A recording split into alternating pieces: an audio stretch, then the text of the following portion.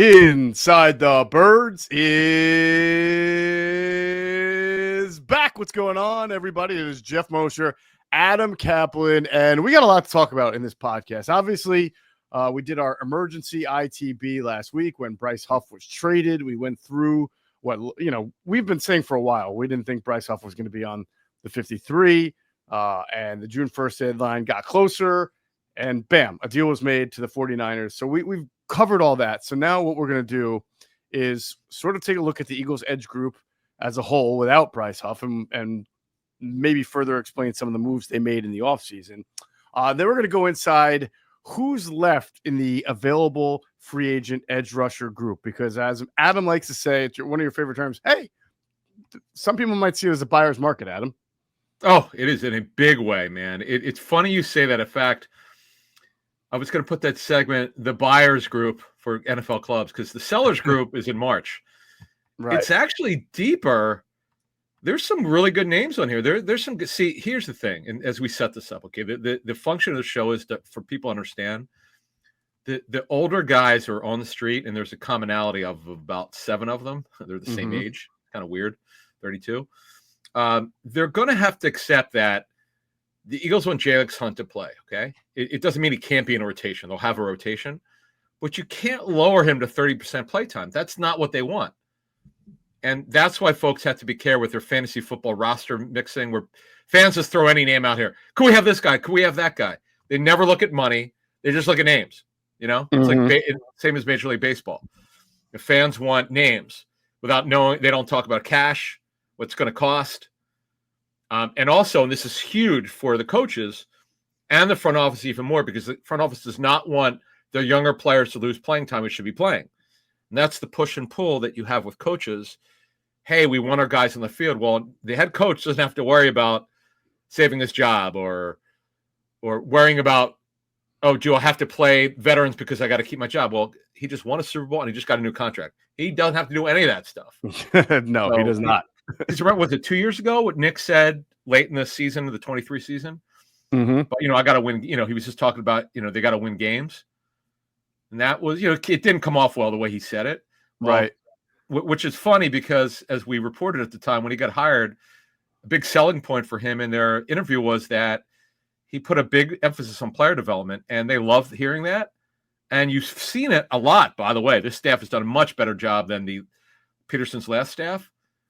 But after what happened in 23, you kind of started questioning things. But last season obviously was phenomenal in terms of player development. Yeah, absolutely. And it'll be critical again, Adam, in 2025. And when we look at this edge group, you just mentioned J.X. Hunt, a 3rd-round pick from last year with athleticism through the roof. Nolan Smith coming back from his torn triceps, but made a big jump in year 2 after being a 1st-round pick the year before. There is no question that Vic Fangio needs to rely on these guys to take yet another jump here in year 3, because as we look at the edge depth, and in general, it's not always about edge depth too. It's about figuring out your 4-man rush and who are your best 4 pass rushers to get on the field. Well, Howie's done a good job of at least giving Vic a lot of different options, both from the edge and from the inside. But with Bryce Huff gone, and for those who say, why couldn't you have just given him a second chance? If you have this question, because there are question marks with Ojulari and Uche that we'll get to,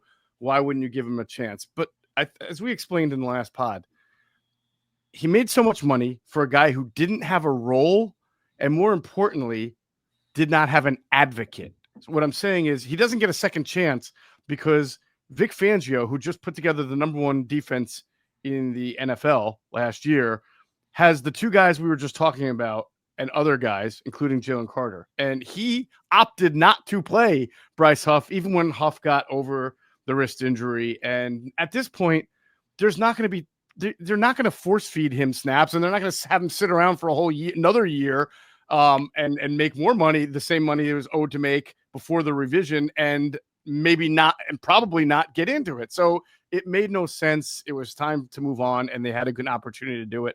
A second chance wouldn't have worked out. I firmly believe that. Yeah, and he clearly didn't want to be here, and Vic Fangio didn't want to play him. So it was kind of like, okay, it's obvious what needs to happen. He wasn't going to be here in the fall. They weren't going to cut him. And they found a team. And you're good for the – see, here's the thing, though. Okay, Howie Howie did what he had to do. It was an expensive mistake, over $26 million he earned for his one season, just over 17 last season. Then they have a partial payment, which they've got to make of his salary this season. The Niners will pay the rest of it, but they're going to get a third day pick back. This was expected, and they'll save some cap space. And by the way, you can move cap space to the next year at the end of the season, whatever's left over. So right, let's see what kind of cap space they have, but you love to have it. But the big thing is the cash, and it is what it is. It didn't work. He's a wide 9 guy. The guy who was his head coach for the Jets is going to be playing for him again. Mm-hmm. And if Chris Kusarek, as we mentioned in the last show or one of the shows last week, he's a wide 9 specialist coach. So it all works out good for the Niners. They got a player who will fit. The Eagles are going to move on. They're getting even younger. This is another thing. Their defense is so young right now as we move on here. Oh, yeah. It's really young. It's good. Jordan Davis is going to be like, whoa, I'm like the oldest guy here. Right. Did we say that? Isn't he their oldest D tackle? Am I wrong? I mean, by years of experience, he's entering year 4, right? And Carter will be year 3, and Smith will be year 3, and Hunt will be year 2, and Ajomo will be year 3. Robinson will be year 1. I mean, we don't Thomas even know Booker. for Thomas Booker will probably make the team, but he's not guaranteed it. But if he does, he'll be only what 25. year? Right. Yeah. And it'll be, 25. I think, year 4 for him, right? Yeah, same year as Jordan Davis. Okay, so Thomas Davis turns 26 in November. Jordan Davis turns, let's see how young he is. He turns 26 in January. So, yes, Thomas Booker is the oldest D tackle. Sorry, not Jordan Davis. Only he's got him by 2 months. It's incredible. That's just amazing right then and there. So let's talk about the 2 edges in general, Hunt and Smith, really quickly. Yeah. If my synopsis is this: as long as they don't regress in any or get hurt, right, the Eagles are in really good hands. If one of them hits like a ceiling, and becomes like a all-pro type of player or even a Pro Bowl type of player, wow, watch out, because you already have Jalen Carter at that level. And if you get one of these edge rushers that's playing like the way Josh Sweat played, especially 2 years ago, Pro Bowl level, really consistent. And Josh Sweat was pretty good last year too, but he was really good 3 years. The year before the 2022 when they set that record in sacks. If any one of those 2 play like Josh Sweat that year, the opponents are in trouble. If both of them wind up taking big steps like that, and listen, one's a first-round pick, the other's a third-round pick who maybe would have been a first-round pick if he played at a bigger school, right? Then watch out, opposing quarterbacks.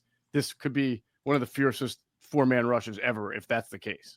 I mean, look, the cool thing is they're young, right? You mentioned Smith and Hunt. Now, Smith is coming off tricep surgery, so this is his first big injury as a professional. You got to see how he performs in training camp, and we don't know how much. The question isn't whether he'll practice in training camp, it's how much. Is he going to be fully recovered? Don't know.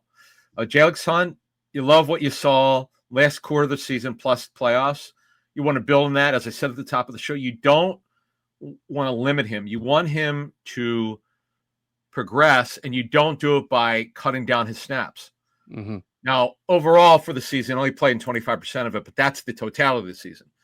If you look at his snap percentage, once he started playing a lot around week 11, it went way up, 49%, 53%, 49, 40%, 54, 48, 34.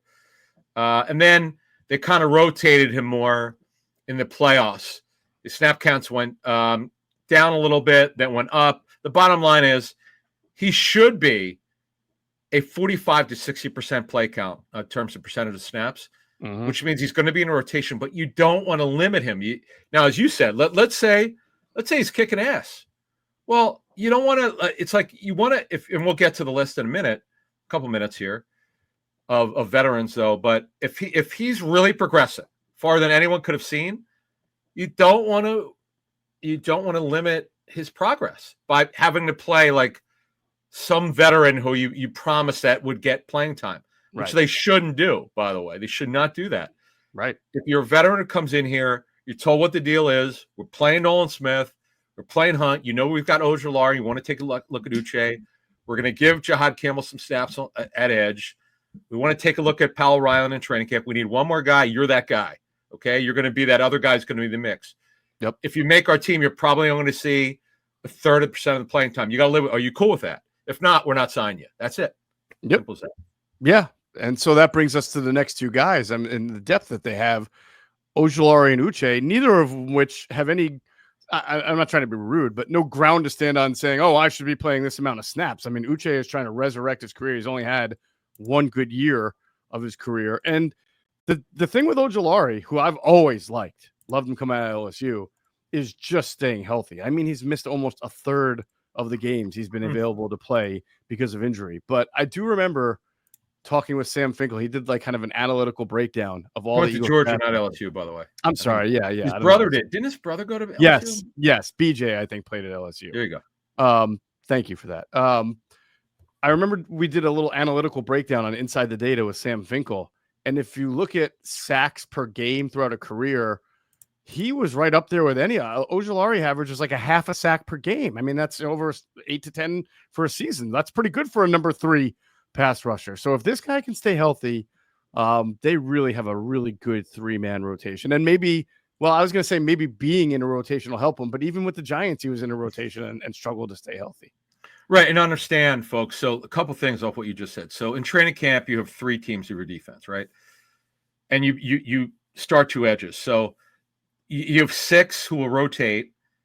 And then what you need is, because you most likely won't play your starters in the preseason, you still need to have 3 sets. So you're going to need to have 8 for training camp. They have 8, by the way. Actually, I have 9. Do they have enough guys? Yes. But again, you have to question. You mentioned Ojulari, who's missed 22 games over the last 3 seasons. He's been on IR 3 times. 1 stint on NFI. He's been hurt a lot. Okay, he's had upper body, lower body injury. So you worry about that. But as you mentioned, and I guess Sam's data would show it, man, his production per game available is off the charts. You don't know when he's going to be available. He's got incredible arm length, as we've talked about throughout our years of this show when he's been playing. You mentioned Uche, who had 1 good year coming out. He's another second rounder. Ojulari was a second rounder in 21. Uche, a second rounder in 2020. He had the 1 big year. He's never been the same. He's on a veteran minimum deal now. Ojulari is getting paid here. Okay, he's making excellent backup money for as many guys that they signed as a 1-year deal.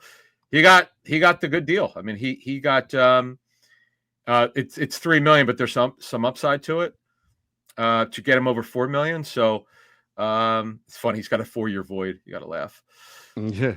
He's a perfect sub rusher. And then if Ojulari gets hurt again, you got Uche. And then now we're going to see Campbell. We'll see in training camp. We'll get a better idea of, because they're going to cross train him. They'll have to see where he is in his learning, because getting mental reps is great, but you're really not practicing. And then you got the second group, Pal Ryland, the 6th rounder this year. O'Shawn Mathis, the 6th rounder from the Rams in 2023. Patrick Johnson's back. He's only going to play on specials pretty much. 7th rounder in 2021. And KJ Henry's barely played, a 5th rounder for the Commandos in 23. So those are the in the mix guys are Mathis, Johnson, and Henry for a back end roster spot. Ryland too, because you're not going to. Well, you could keep 6 edge rushers, but that guy, you don't dress 6. In fact, you don't normally dress 5. You dress 4. But Howie has a history of keeping his rookie, so the chances are to make it. But overall, they have enough guys. But you have to question Nolan Smith coming back from the injury. I know you saw him last week, and we'll see if he does any more this week in practice. But he was severely limited because he suffered the injury in the Super Bowl, and he's still recovering from it and rehabbing, and while he's allowed to do very limited stuff. And Ojulari, as we mentioned, and Uche needs to revive his career. So there are a lot of questions here. That's the thing. It's not about numbers. It's about, who do you trust? Who do you know will get the job done? Had Smith not gotten hurt, I would have said, you probably trust him because he put it together, though he's got to do it for a full season. But Hunt, as much as we've been on this guy since they drafted him, he's another guy, hasn't done it for a full season. True. So now you make a good point here. They have depth in name and numbers as well. But a lot of these guys they carry, after the first 2, carry some question marks. Ojulari's health, Uche, whether he's really a good player or not, just a 1-year wonder. Campbell's a rookie. He's going to be playing some off-ball linebacker in till Nakobe Dean returns, and then you just don't know what you're going to get out of like a rookie like Powell Ryland, and then the three other guys are mainly special teamers. So do the Eagles bring this group to training camp as is and then wait to see how it goes, maybe a couple injuries, or do they say, hey, we always could use another edge rusher, and then we can now take a look at him at who's out there? Because as you mentioned, it's a buyer's market, and obviously it's going to start with Jadeveon Clowney. He's out there. He's played with a bunch of different teams. You know what? It's amazing. It says it says he's 32. That's how old he is. He almost seems older than that. I feel like we've been talking about Clowney signing 1-year deals with teams for the last 8 years. It does. I mean, when you look at Clowney's career, right? It's interesting. You remember, everybody, if you're old enough to remember the video from South Carolina, that when he just absolutely flattened that guy. Mm-hmm. He's been on so many teams, whether it's Houston, Seattle, Tennessee, Cleveland, Baltimore, and Carolina. He's only played 2 full seasons. 2 years ago, he played a full season, played very well. He was a starter for Baltimore. Really revived his career because it did not end well with Cleveland. They did not want him back. Right. He criticized their coaching staff. They were done with him. And he did a really good job for Baltimore. The Panthers made it clear they didn't want him back. He signed a 2-year deal last year for really big coin. Mm-hmm. Didn't do a bad job, but they didn't want him back. They want to go with a younger group. They had some guys who want to take a look at. They drafted Nick Scorton, so they made a choice he wasn't going to be back, but he could still play. Mm-hmm. Just understand what he is. He's a length and power player. He can stand up. He's playing his hand in the dirt. He can do what BG did. He's played D tackle and nickel. That's important. He did play in Fangio last season with the Panthers. Ejiro Evero runs it, his version of Fangio. Now, understand something. He's not a great pass rusher, never has been. Greg Cosell has told us for years, despite all the nonsense that's out there, it's all wrong. He's a nice player. Greg he just calls it like he sees it by tape only. Mm-hmm. He said 2 years ago, he goes, I got to tell you, I'm surprised. He said, Clowney really looked good, but if you look at his entire career, he's never been a very good pass rusher. He's been okay. He wins with length and power. He doesn't play to the hype, but what you love is the length, the power, and the versatility. You'll take it. Why is he on our list? Because he's out there. He's the best guy, but you got to understand, and this is why we mentioned 10, 15 minutes ago, whoever comes in, they have to know the deal. You're not going to take major playing time away from Jalen Hunt. You're not doing that. Right. That's what Howie, Joe Douglas, whoever talks to Clowney has to tell him. If they wind up talking to him, I know in the past years ago they had interest in him, but if they actually call his agent and say, hey, we want to talk to you, he's got to know the deal. And again, it goes to any one of these guys because we have 2 lists here. It's actually a really deep list from talking to people that we asked some people who around the league who would fit and who makes sense. But Clowney's the best guy out there, but just understand what he is and what he isn't. 100%. And by the way, you got to credit Mike McDonald a lot 2 years ago in Baltimore for getting him. Mike was known for really being able to scheme up pressure and break down opposing opposing pass protection sets. So Clowney obviously flourished there. When I think of Clowney, he has, as you mentioned, he's played with his hand in the dirt. He's played as a stand-up rusher. But I don't see him as one of those Fangio, is he coming or is he going guy? Is he dropping? Yeah. Like he's and that's what Bryce Huff struggled with. Bryce Huff was a put your hand in the dirt kind of guy. He wasn't a stand up and make there be some guesswork from the quarterback situation. And so by Mike McDonald getting Clowney the most out of Clowney. We'll ask Greg because he played in Fangio last year with Vero. So in Carolina, I know their defense sucked. It wasn't Clowney's fault. They just and you can always use a pass rusher. By the way, I'm not like trying to say he can't fit a Fangio. I'm just saying he can, but he doesn't. You don't think of him doing those things that Fangio wants. Dropping the sim pressure. See that's what I want to ask Greg. Do you notice it? We will check in if by a surprise the Eagles get in on Clowney. We'll look into seeing how he handled, how they felt he handled being asked to do any dropping. In the short area, because that's part of the edges drop. Not a lot, but they do drop. That's part of this defense. It has been everywhere he's been, just about. Yep. So But hey, he's. I'll give Kleinig credit, as you said. I would have guessed he's 35. He's only 32 because he was 20 when he was drafted. Right. All right, so let's move on to the next guy who is out there and who's always seems to find a team and wants to maximize them. That would be Zadarius Smith. Yeah, so he was acquired from the Browns, if you remember, by the Lions. They had a very weak pass rusher than Hutchinson. So then Hutchinson got hurt.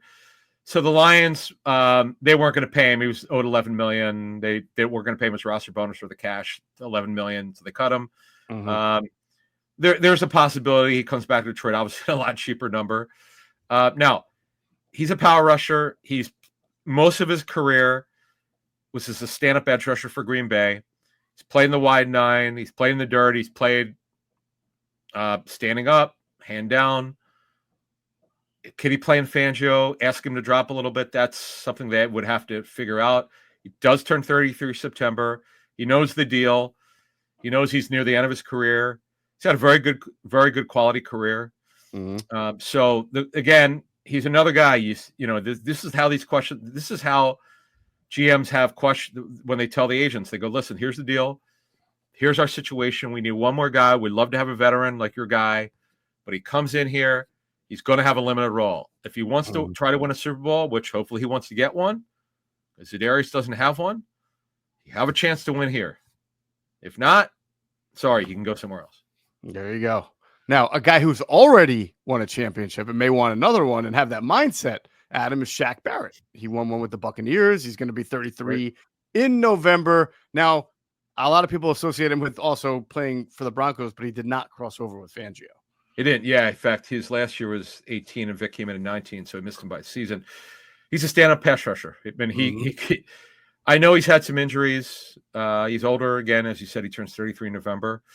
But he definitely wants to play. That's the word around the league. So there was a semi-retirement, but no, he's playing.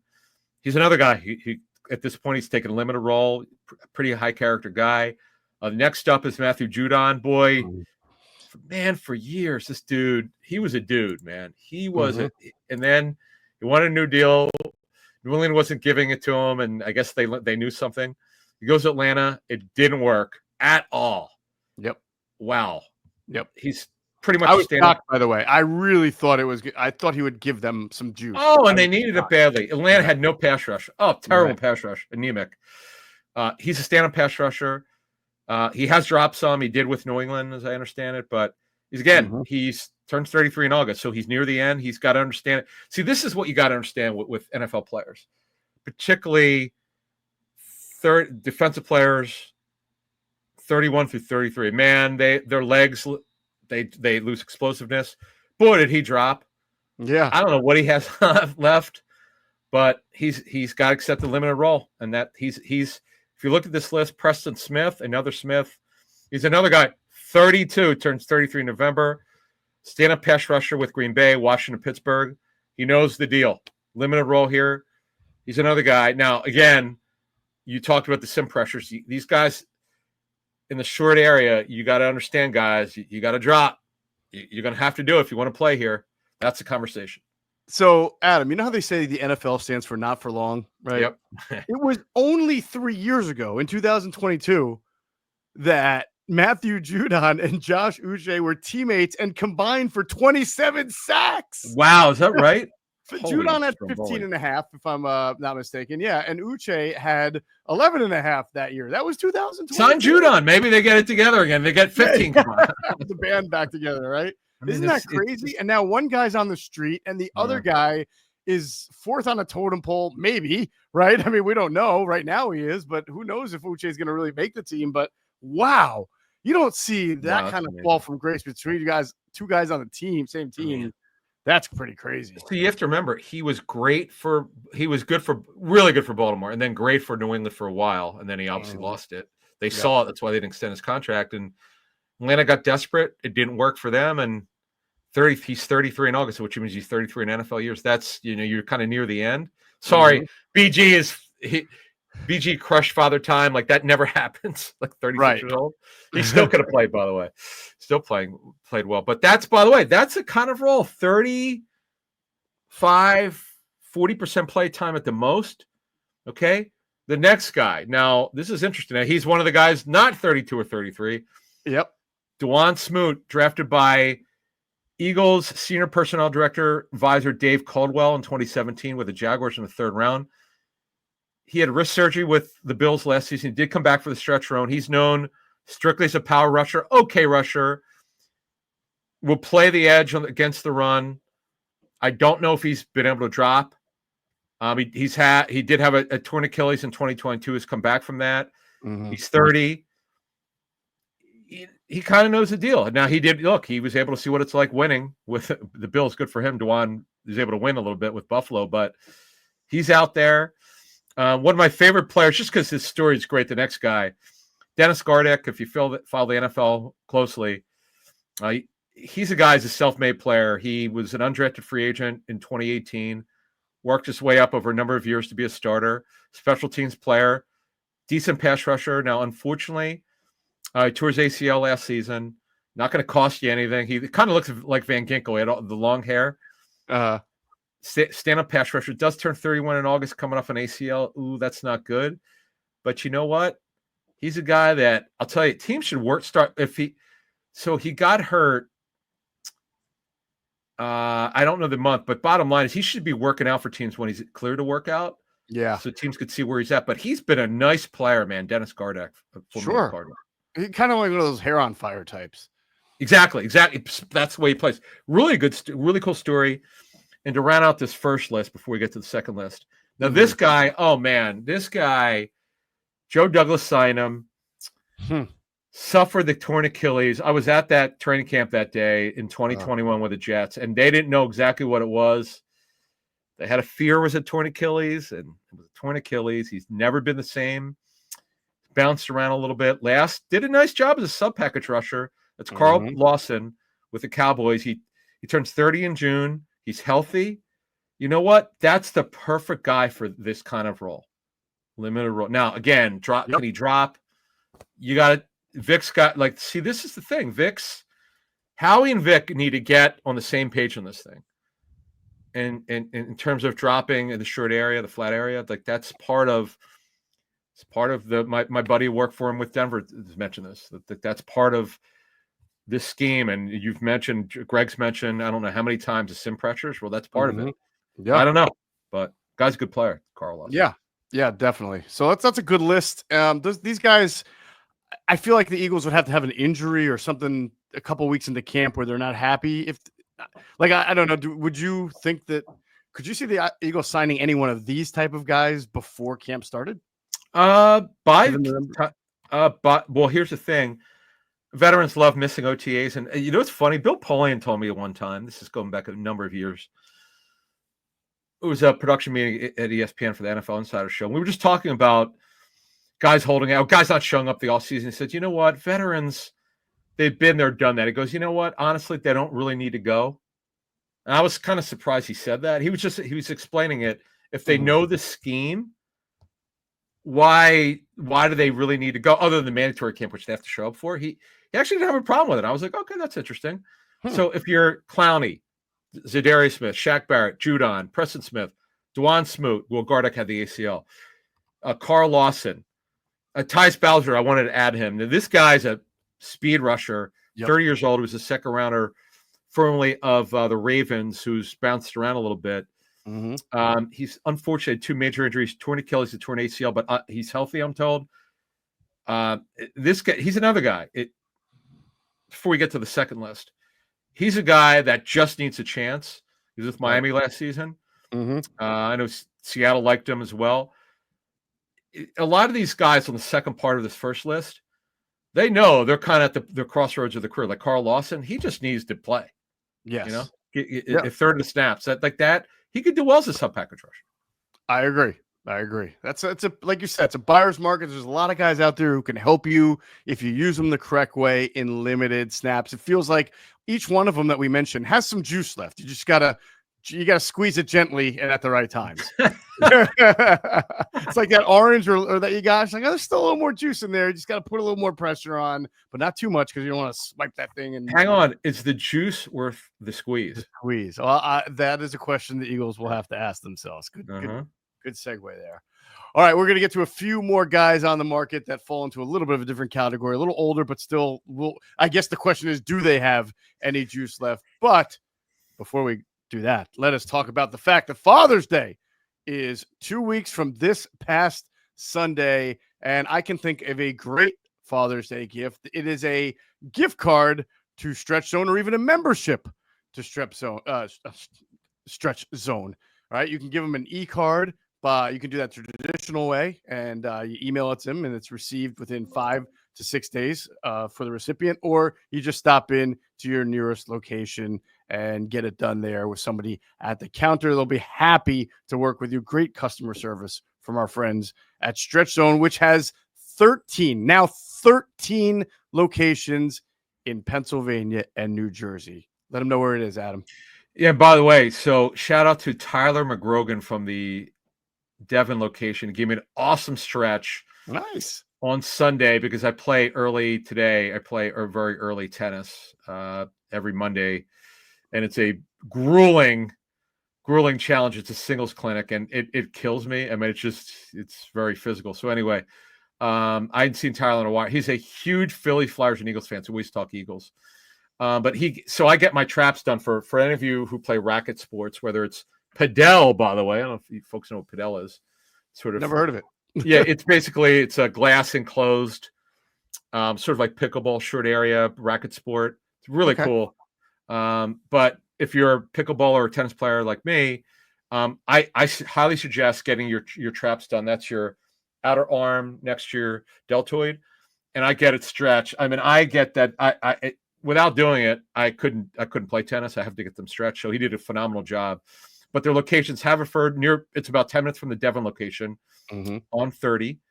South Philly on Washington Ave, Montgo in Montgomery County, Elkins Park Plaza, Upper Dublin, Dresher off 611, Feasterville, and Warrington, which is their new one. I want to get to that one. Yep. New Jersey, the Cherry Hill one, which you go to, Mount Laurel, Franklin Lakes, Northfield, and Princeton. And again, Father's Day. In fact, it's funny. I bought one of our tennis pros. I bought. I got. What did I get them? 8. I got my massage therapist a membership for. I got 8. I got Kyle 8, and I got one other guy, another pro 8, a gift, because I want them to feel better. Because you've experienced it. There's nothing like getting your body stretched. I'm telling you, you feel better. Absolutely. I was in Northfield on Sunday. My daughter had a softball tournament there, and man, did I want to, especially after a tournament, because I do a lot of like nervous pacing and everything like that. And then I sit down, and then I'm up, and I'm like, oh, after a tournament, like my whole body, I could use a really nice stretch. So I might have to set myself up for a stretch next time we're in that area. But I know it's a great location. All right, that's our friends at Stretch Zone. Again, stretchzone.com. All right, let's just turn the page and look at some of these other pass rushers. And I think the legitimate question is there any juice worth the squeeze? Do these guys have anything left? I would be surprised if somebody didn't kick the tires on Von Miller, Adam, even at the age of 36 years old.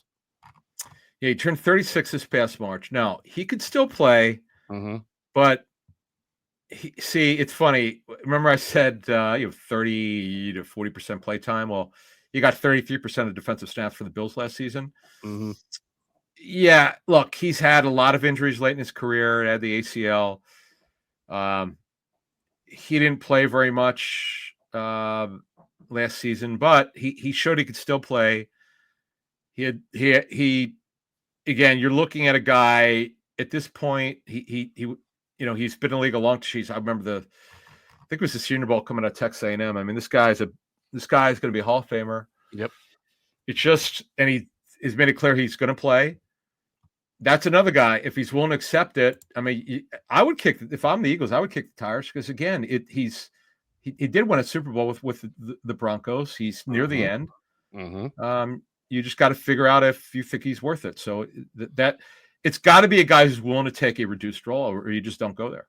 Yeah, you said he's played 30% of the snaps, right? Last year, totality, and again, he did miss 4 games. 33% of the snaps in the regular season.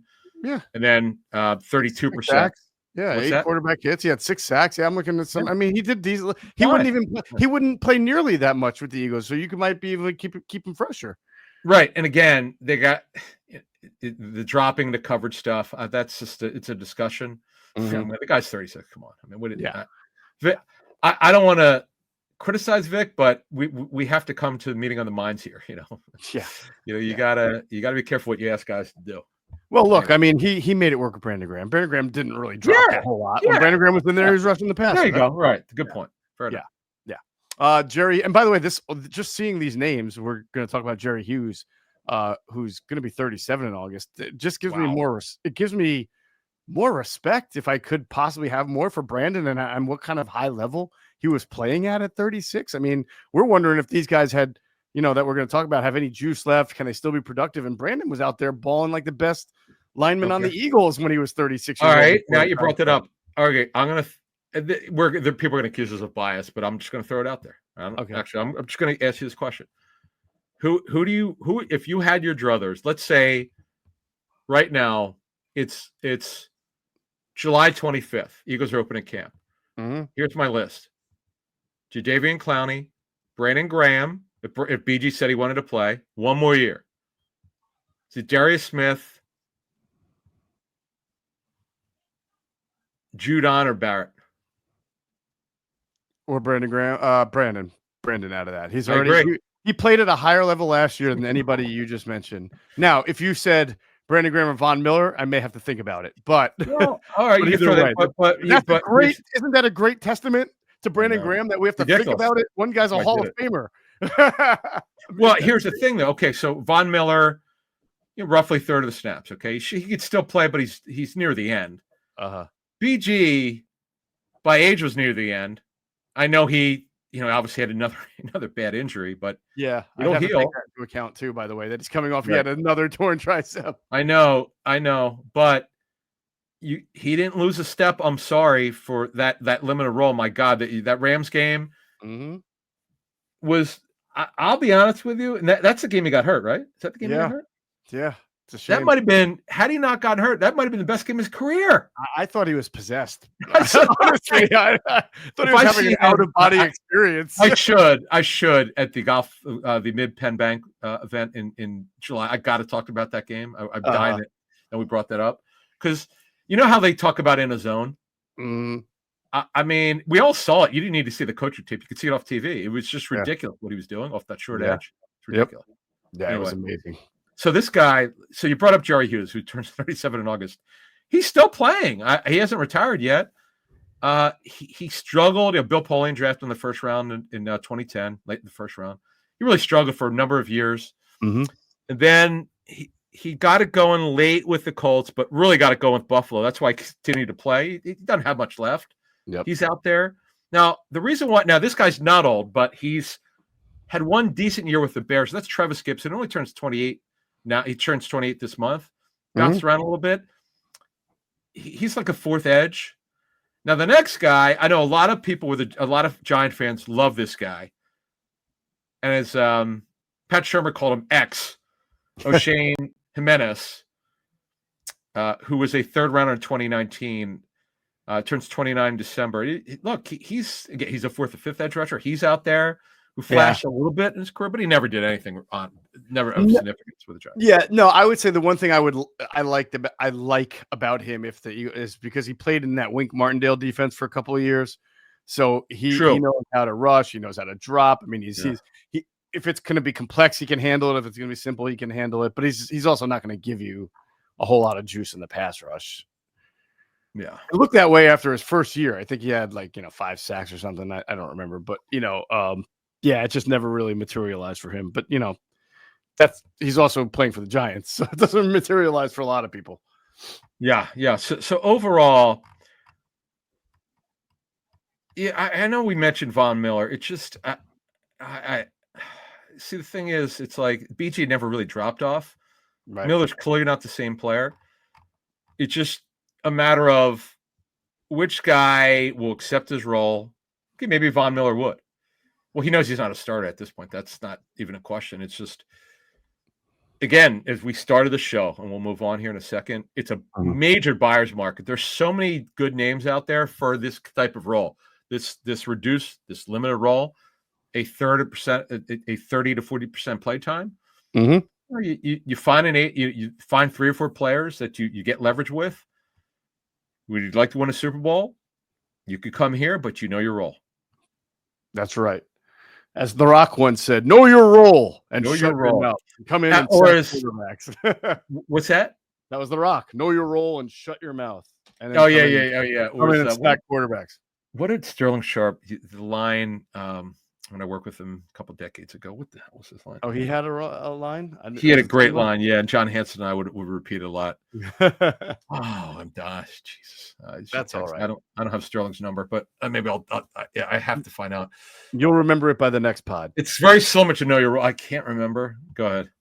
Anyway, nope, that's it. I think on the next podcast, and we're going to get into Kevin Patullo. We're going to talk a little bit about the offensive concept, about Kevin's vision for the offense, and how that might compare and contrast to some other players on the Eagles' visions of the offense. It'll be a good discussion. That's going to do it for this edition of Inside the Birds, the leading podcast in Eagles intel. And as always, we thank you for flying with us inside the birds.